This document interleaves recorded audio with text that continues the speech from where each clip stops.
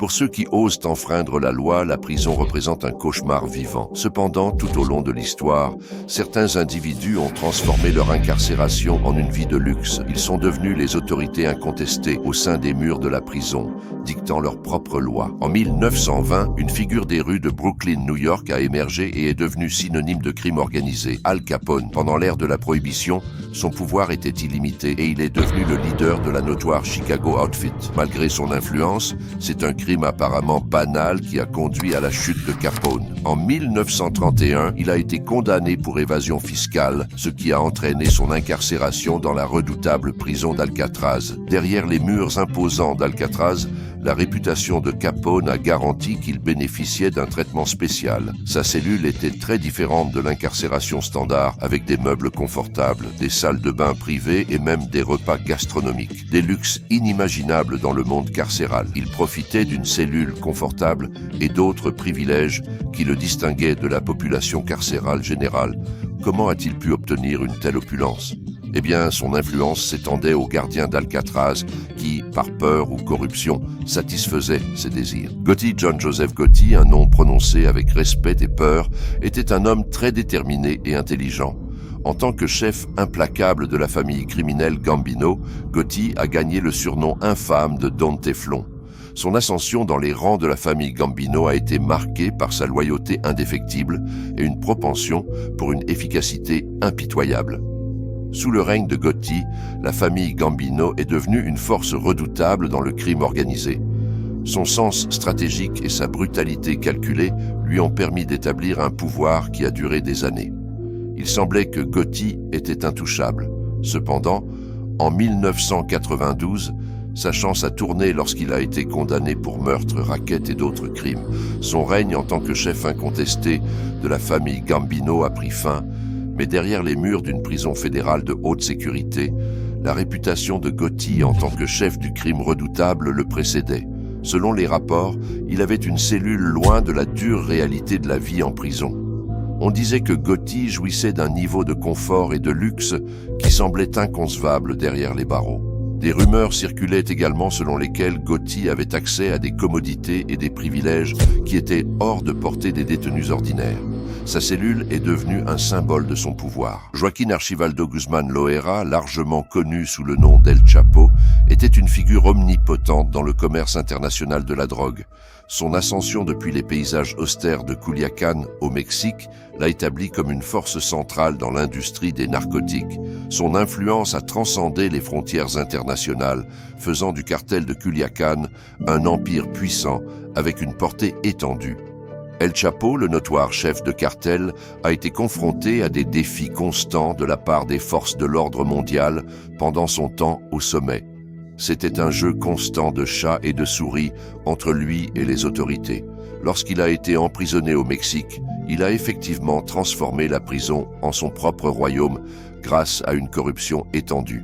Il a vécu une vie de luxe derrière les barreaux, dictant les règles, organisant des fêtes extravagantes et profitant de toutes sortes d'indulgences, y compris la compagnie de femmes. Cependant, l'ambition d'El Chapo ne connaissait pas de limites et il ne pouvait pas supporter d'être confiné dans sa cellule luxueuse. S'échapper est devenu presque routinier pour lui, montrant sa forte aversion à être emprisonné. Bien que ces évasions aient démontré sa détermination à ne pas être retenu captif, elles ont finalement conduit à sa chute. Alerte par les autorités mexicaines sur la probabilité d'extradition vers les États-Unis, El Chapo a compris les graves conséquences auxquelles il serait confronté. Après avoir été recapturé, il a été rapidement envoyé aux États-Unis, où il a dû faire face à une dure réalité, un système pénitentiaire imperméable à la corruption qu'il avait précédemment utilisé pour maintenir le contrôle. Le contraste entre les prisons mexicaines et américaines a été un réveil difficile pour El Chapo. Sa peine de prison aux États-Unis est purgée dans des conditions strictes, sans les conforts dont il jouissait au Mexique. Son histoire sert d'avertissement aux autres chefs de trafic de drogue, leur rappelant les risques associés à une ambition excessive. Barnes, le roi Nicholas Barnes, connu dans le monde sous le nom de Nicky, était une force avec laquelle il fallait compter. Né dans l'agitation de la ville de New York, il s'est élevé pour devenir un seigneur de la drogue notoire, orchestrant des opérations qui ont profondément impacté sa communauté. Son charme et son intelligence l'ont aidé à s'élever des rues difficiles d'Harlem pour devenir une figure importante dans le commerce de la drogue. Il a utilisé son pouvoir avec sagesse, élargissant ses opérations en une grande entreprise respectée et redoutée. Le règne de Nicky Barnes s'étendait sur toute la ville de New York avec son syndicat traitant les narcotiques de manière sophistiquée et sans précédent. Cependant, comme c'est souvent le cas dans le monde du crime organisé, la longue main de la loi a finalement atteint Nicky Barnes. En 1978, il a été capturé et condamné pour des accusations de trafic de drogue, ce qui l'a conduit à la prison. Cependant, même derrière les murs d'une cellule, Nicky Barnes a réussi à défier les attentes. Il vivait avec un niveau de confort similaire à celui de sa propre maison. Les gardiens corrompus étaient toujours à sa disposition pour satisfaire ses demandes.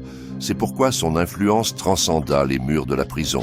Derrière les barreaux, il manipulait les événements, démontrant son pouvoir. De plus, les meubles de sa cellule étaient dignes d'un roi. Des draps en soie recouvraient le lit. De belles peintures ornaient les murs et des repas gastronomiques étaient parfois servis. Rien de ce qui ressemblait à la dure réalité de la vie en prison ne se trouvait dans ce sanctuaire. Pablo Escobar, le tristement célèbre baron de la drogue colombien, se démarqua dans le monde du crime organisé. Il refusa de se soumettre au système pénal conventionnel, allant à des extrêmes extraordinaires pour construire sa propre prison. Son célèbre slogan « Plata o plomo », argent ou plomb, offrait un choix sombre à ceux qui croisaient son chemin. Accepter son pot de vin ou faire face à de graves conséquences. Cette politique impitoyable forgea un chemin double d'opulence et de mortalité, distribuant des richesses aux alliés tout en éliminant sans pitié les adversaires. À mesure que le gouvernement colombien, soutenu par une aide internationale croissante, se rapprochait, le monde d'Escobar commença à rétrécir. C'est durant cette période que la cathédrale, une véritable forteresse nichée dans les collines luxuriantes de Colombie, fut conçue et construite. Cette installation était plus qu'un centre de détention. C'était un témoignage audacieux de la détermination inébranlable et de l'esprit indomptable d'Escobar. La cathédrale transcendait la notion conventionnelle d'une prison, présentant des commodités semblables à un complexe de luxe, y compris un terrain de football où se déroulaient des matchs intenses, un bar approvisionné avec les meilleurs spiritueux et un jacuzzi offrant refuge au chaos environnant. À l'intérieur de cet espace, Escobar créa un royaume qui redéfinissait la notion d'incarcération. Sa cellule, une suite luxueuse ornée de meubles raffinés, d'œuvres d'art affichant un goût impeccable et d'un lit drapé de la plus fine literie, était un grand hommage à son règne. Même dans ce bastion autoconstruit, l'influence d'Escobar était omniprésente. Son autorité imprégnait les murs de la prison et son emprise sur le monde de la drogue restait inébranlable. Il exerçait son pouvoir avec une telle efficacité qu'il parvenait à influencer même les gardes les plus stricts à sa guise. La saga de la prison d'Escobar encapsule l'histoire paradoxale d'un homme qui plia le système à sa volonté, brouillant les frontières entre captifs et gouvernants. Alors que ces gangsters vivaient mieux en prison que la plupart des gens à l'extérieur de ces murs, leur influence criminelle s'étendait bien au-delà, corrompant tous ceux qu'ils croisaient.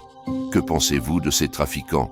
Sont-ils intrinsèquement capables d'atteindre de tels sommets de pouvoir dans la prison, ou est-ce le système pénitentiaire qui le permet?